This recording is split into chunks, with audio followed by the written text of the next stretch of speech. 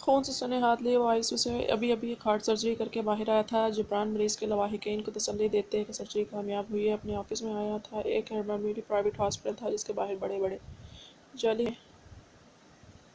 Trust hospital लिखा हुआ था, जिसे पढ़कर लोग इस अस्पताल में खींचे चले आते थे।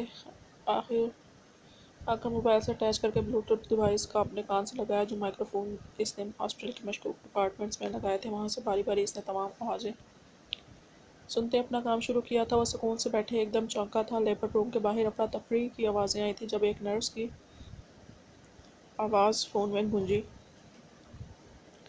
एक बकरी फिर से हलाल होने पहुंची है। आवाज़ में एक्साइटमेंट ही कहाँ कैसे यार। दूसरी नर्स चौंकी रही जो अंदर चीख चिल्ला रही है, शोर मचाया है ख्वामखा और बेजारी से बोली, अभी इसी का सी सेक्शन से बेबी डिलीवर होने वाला है। वो बकरी, मगर कैसे? इसकी तो बिल्कुल नॉर्मल डिलीवरी लगती है। तो सी सेक्शन क्यों? अरे ये तो हमें पता है ना कि नॉर्मल डिलीवरी है। इनके लवाहिकीन को थोड़ी पता है। अब 10,000 के बजाय 80,000 निकलवाने हैं सी सेक्शन के। डॉक्टर हुमा ने कहा पहली राजदारी से बोली, मगर इसे तो बहुत तेज़ लेबर पेन है, कभी भी डिलीवरी हो सकती है। वो चमक कर बोली,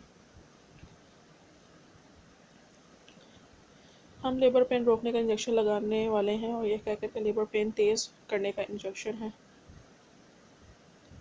पहले अकड़ कर बोली, बस इतना ही सुन पाया था जिब्रान। और ब्लूटूथ उतार कर मोबाइल दीवार पर दे मारा। कैसी लूट मार थी और कैसी अंधेर नगरी थी। वो उठा और लेबर रूम की जानिब किया। इस लड़की को देखा जो बिल्कुल कम उम्र पर लगी पहली पहल बेबी था। और अब ये अगर ये कसाई ज़बह कर देते तो वो आगे कभी नॉर्मल बेबी पैदा नहीं कर सकती थी। इसे हर मरतबा से सेक्शन के तकलीफ दे दर्दनाक मरहले से गुजरना पड़ता।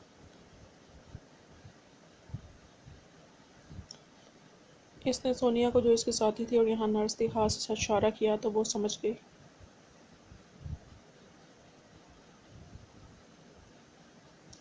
सोनिया ने बड़ी राजदारी से इसके शौहर को एक जानिब ले जाकर सब बता दिया। थोड़े से कहा कि अपनी बीवी को लेकर यहाँ से निकले। समझदार था जो समझ गया। इसने शोर मचा दिया और अपनी वाइफ को लेकर यहाँ से निकल गया। जब बड़ा ऑफिस में आए, यही होता है जब लोग ट्रस्ट के चक्कर में अपने मरीज़ को बगैर छानबीन के किसी गैर मारूफ इस्तेमाल में लेकर आए और मरीज़ की ज़िंदगी अपने हाथों से दाव पर लगा दें। इसने अपनी कनपटियाँ सहलाई थी। टूटे फ़ोन को देखा, झटके से उठकर बाहर निकला था।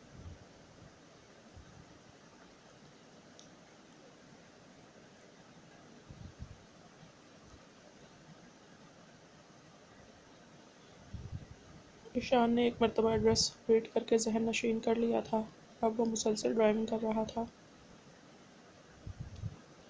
यू नो व्हाट अंकल, वो अचानक बोलने लगी जब ईशान ने तंग आकर इसे टोक दिया था। है मैं अंकल नहीं हूँ। नरोटोपन से इसे घूर कर बोला तो वो सहम गई। तो फिर कौन हो? मैं क्या बोलूँ स्ट्रेंजर को? वो भी आंखें बटा कर बोली। तो ईशान ने ठंडी सांस भरी, मैं तुम्हारा फ्रेंड हूँ, तुम मुझे ऐश बोल सकती हो। ओके, ईशान ने दोस्ताना लहजे में कहा। तो इसने इस बात में सर हिलाया। ओके ऐश तो क्या, अब हम फ्रेंड हैं? से एक और पते की बात मालूम हुई थी तो आंखों में चमक आ गई थी। Of course yes. अब ईशान गहरा मुस्कुराया।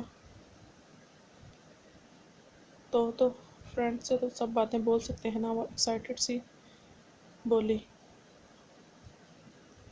यस बोलो, क्या बोलना है? ईशान ने परमिशन दी। साथ बैठी गुलाबी सी गुड़िया जो तकरीबन 21 साल की होगी, जाने क्या हुआ होगा इसके साथ। ईशान की सोचों का रुख अब दूसरी जानिब मुड़ चुका था, मगर वो इसकी जानिब भी मुतवज्जा था। यू नो व्हाट ऐश, रोश बेबी सुबह से लॉस्ट हो गई थी। तो रोश बेबी ने सुबह से कुछ नहीं खाया। तो तुम तो मेरे फ्रेंड हो ना, मुझे आइसक्रीम और चॉकलेट खिलाओ। वो मासूमियत से बोले। ईशान का सोच वही बात इसने पहले क्यों नहीं सोची थी। एक फास्ट फूड पॉइंट के बाहर इसने गाड़ी रोकी। गाड़ी से बाहर आया, गाड़ी लॉक करके वो अंदर गया, खाना पैक करवाया और बाहर आया।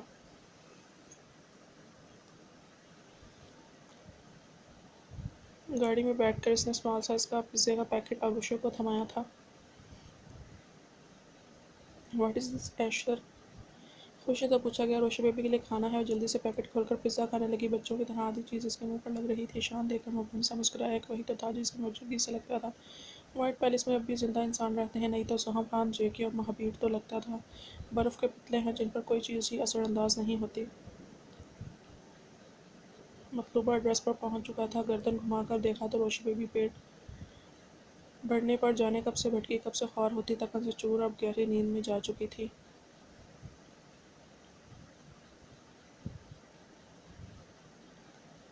वो रोशन बेबी के बारे में इतना सोचने में ममनू था कि देख ही नहीं पाया। उसने डोरबेल बजाई तो एक लड़की लाल बबू का चेहरे लिए अंदर से बरामद हुई। चेहरे से बरसों की मरीजा लग रही थी। चादर ओढ़ रखी थी जैसे कहीं जाने को तैयार थी। उसने सवाली निगाहों से ईशान को देखा। रोशे हमदानी के घर यही है? इस नाम पर सामने वाली ने फटी फटी निगाहों से ईशान को देखा। हाँ, लेकिन तुम कैसे जानते हो? वो अटक अटक कर बोली।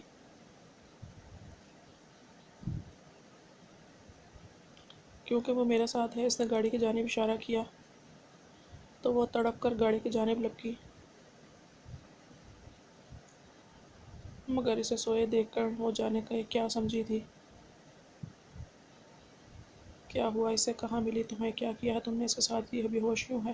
वो सदमे से बेहाल अब क्लास विंडो से बाहर शीशे पर दोनों हाथ टिकाए बेतहाशा रोती जो मुँह में आया बोले चली जा रही थी। माइंड योर लैंग्वेज मोहतरमा, क्या और फूल बक रही हैं? कुछ करने वाले घर नहीं लाया करते, मार कर फेंक दिया करते हैं। शान ने बुरा मनाया, फिर इसके भी जो मुँह में आया बोल दिया था। थक कर सो रही है वो, जाने कब से भटक रही थी। आई एम सॉरी, मैं बहुत डर गई थी। मैं सुबह से इसे ढूंढ ढूंढ कर पागल हो चुकी हूँ। पता नहीं इतने बुरे बुरे दिमाग में ख्याल आ रहे थे। अब थक हार कर पुलिस स्टेशन जाने लगी थी। वो उसे सख्ती बताने लगी, तो तुम्हारी फैमिली को होश नहीं है, ख्याल नहीं रख सकती कि इनकी अब नॉर्मल बेटी जो कि बिल्कुल अपना ख्याल नहीं रख सकती किधर है और क्या कर रही है। वो तलख हुआ, इसकी पूरी फैमिली मैं ही हूँ। इसकी बड़ी बहन उम्र जॉब पर थी और इसने कल खेलते खेलते डुप्लीकेट की अपने पास रख ली थी। शायद इसी से डोर खोला होगा। वो सरदो सपाट लहजे में बोली तो शाम का अफसोस हुआ। इसने आगे बढ़कर गाड़ी का दरवाज़ा खोला। ले जाइए इसे, बिल्कुल ठीक है। वो नॉर्मल से बोला तो इस कमज़ोर से लड़की ने बेबसी से आरुषा को देखा होता जब के आलम में खड़ी रही। क्या आप मेरी हेल्प कर देंगे? इसने हिचकिचाते बोल ही दिया।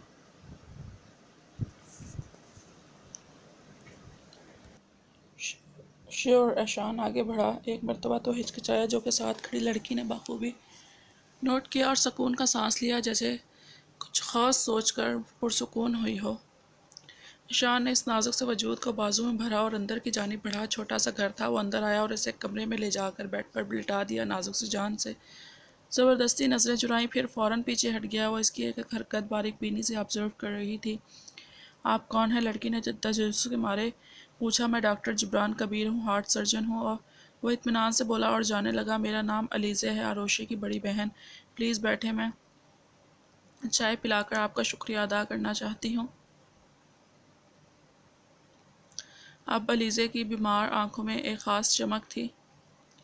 आई एम सॉरी, मुझे अभी कुछ ज़रूरी काम है, फिर कभी सही। ईशान की ज़ुबान फिसली तो क्या मैं समझूँ कि आप दोबारा भी रोशी बेबी से मिलना चाहेंगे और इस पगली से मिलने आएंगे, क्योंकि जिन लोगों को लाइक करती है और जिन पर ट्रस्ट करती है इन्हें कभी नहीं भूलती। अलीज़े ने यास भरी नज़रों से इस लंबे चौड़े हैंडसम और डैशिंग पर्सनैलिटी के हामिल इस शख्स की पीठ को देखकर कहा। श्योर, मैं ज़रूर आऊँगा। इसने भी इस कमज़ोर सी लड़की के हाथ एक उम्मीद की डोर थमा दी थी कि अब तो ईशान भी जानना चाहता था कि रोशी बेबी के साथ क्या हुआ था कि वो ऐसी हो गई थी। इसने गाड़ी में बैठकर एक आखिरी नज़र इस घर पर डाली और गाड़ी वहाँ से निकाली थी।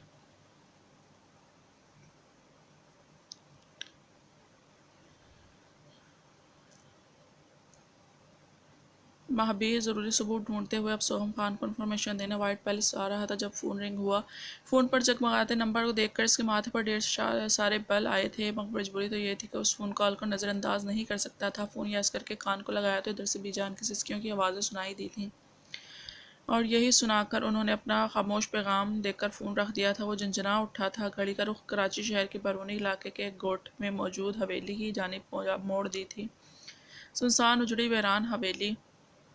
वो गाड़ी से निकला, सन ग्लासेस निकाल कर पॉकेट में रखी और पैंट पॉकेट में हाथ डाले अंदर की जानिब बढ़ा। अंदर उठते वहशत और इश्तियाल के तूफान को अंदर दबा रखा था, जिससे महाबीर के अस्ताब चटक रहे थे। वो यहाँ नहीं आना चाहता था, मगर बैरान हवेली में इसके बूटों की दमक गूंजी तो एक नन्ही सी जान पर बन आई थी। फजर ऊपर तेज़ी से भागी नीचे आई और बीजान के साथ वाले रूम में छुप गई, क्योंकि इस हादसे के बाद वो सिर्फ एक बार ही सामने आई थी और इस शख्स के हाथों मरते मरते बची थी। कानों में एक बारीक राहट गूंजी। अब अगर ज़िंदगी में कभी मेरे सामने आई या मुझे अपनी शक्ल दिखाई तो वो दिन तुम्हारी ज़िंदगी का आखिरी दिन होगा। फजर। महाबीर रासिन। वह हल्की सी दस्तक देकर बीजान के कमरे में दाखिल हुआ तो उन्होंने इसे इशारे से पास बुलाया था। वो करीब गया तो इसे चटाचट चूम डाला, जिससे इसकी वहशत में इजाफा ही हुआ था। कुछ पुराने तर्ज की बनी हवेली के साथ वाले कमरे के सीमेंट की जालीदार खिड़की से चिड़ियों की सर खनक सुनाई दे रही थी। दिल किया पूरी हवेली को आग लगा दे। कैसी तबीयत है आपकी नानो जान? भारी आवाज़ गूंजी। को कभी भी बुलावा आ सकता है महाबीर, और मेरे बाद इसका क्या होगा यह सोच मुझे चैन से मरने भी नहीं देगी। झुर्रियाँ ज़दा चेहरे पर से आंसू तवातर से बहे। इस जिक्र से इसकी रगें तन गई थीं। चेहरे पर चट्टानों जैसी सख्ती छाई। किसी अच्छे से लड़के से शादी करा दूंगा, वो बेतासुर सर्द लहजे में बोला।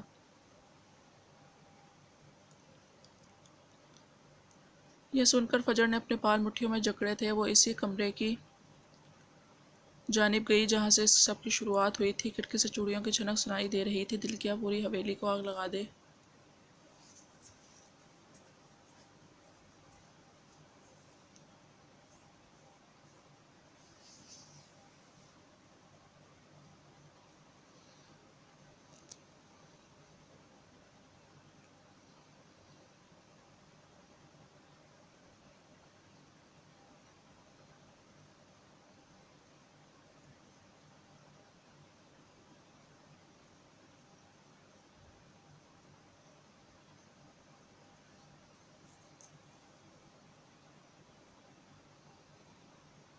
बेजान शाउट सी पत्थर को देखती रही। महाबीर, पागल हो गए हो? अपनी मनकूहा की किसी और से शादी करवाते गैरत नहीं आई कि तुम्हें? वो आखिर फट पड़ी। गलती आपकी है बीजान, बहुत बड़ी गलती।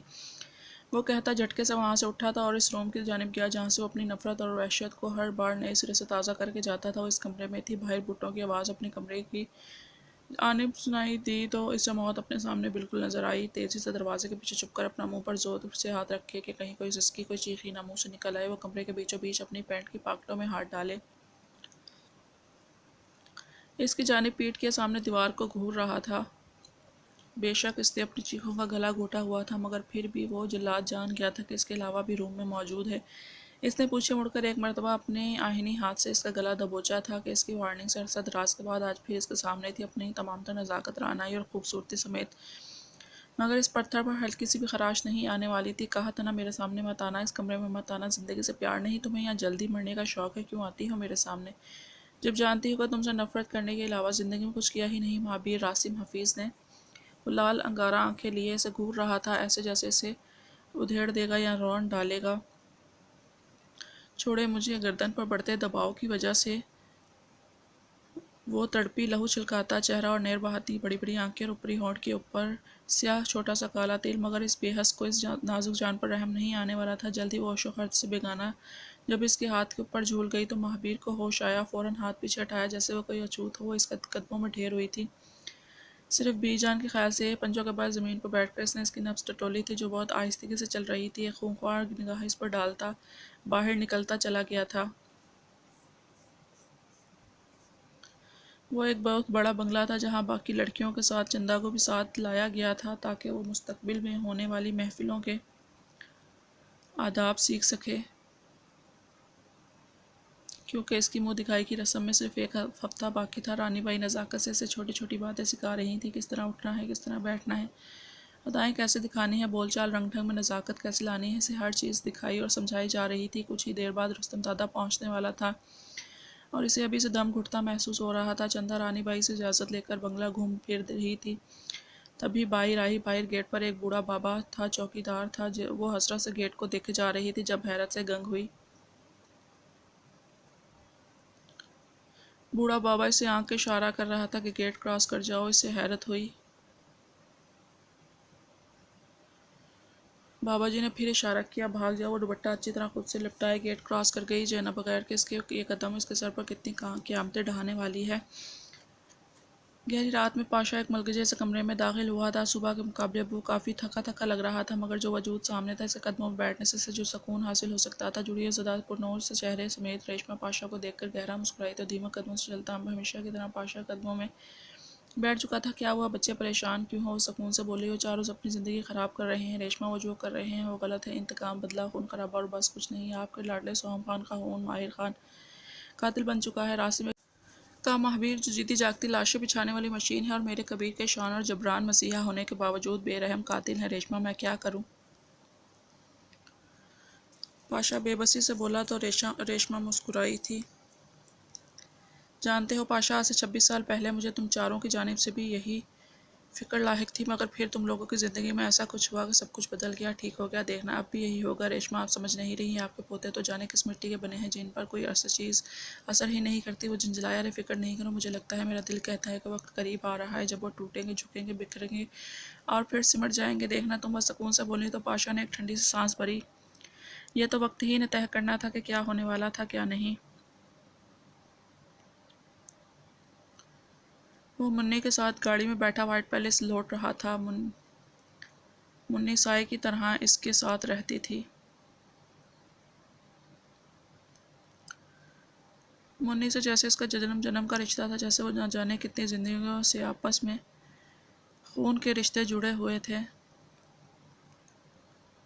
अगले हफ्ते जिस काम से लाहौर जाना है इसके लिए तैयार हो मुनीब, इसने मुन्नी को मुखातिब किया। हाँ तैयार हूँ। सोहम एयरपोर्ट्स काउंसिल में लगाए मोहतात अंदाज में ड्राइविंग कर रहा था जब एक धमाके से कोई चीज़ आकर गाड़ी की बोनट से टकराई। वार्ड था। वो चीखा और गाड़ी से बाहर आया। सामने ज़मीन पर एक लड़की पड़ी थी, इससे शायद सर पर चोट आई थी। इन्हें गाड़ी से निकलते देख वो घबराई थी और भागने के चक्कर में थी। तभी सोहम के इशारा करने पर मुन्नी ने इसका बाजू गिरफ्त में लिया। इसके हाथ में छोटा सा सफरी बैग देखकर सोहम का दिमाग घुमा था। भाग रही हो घर से, वो दहाड़ा। मुनीब इसकी टांगें तोड़ दो। सिग्नल पर भीख मंगवाने के लिए कैसी रहेगी, वो सुकून से बोला था।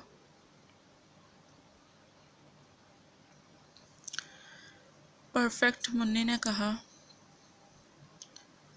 तो लड़की के चेहरे पर हवाइयाँ उड़ी थीं।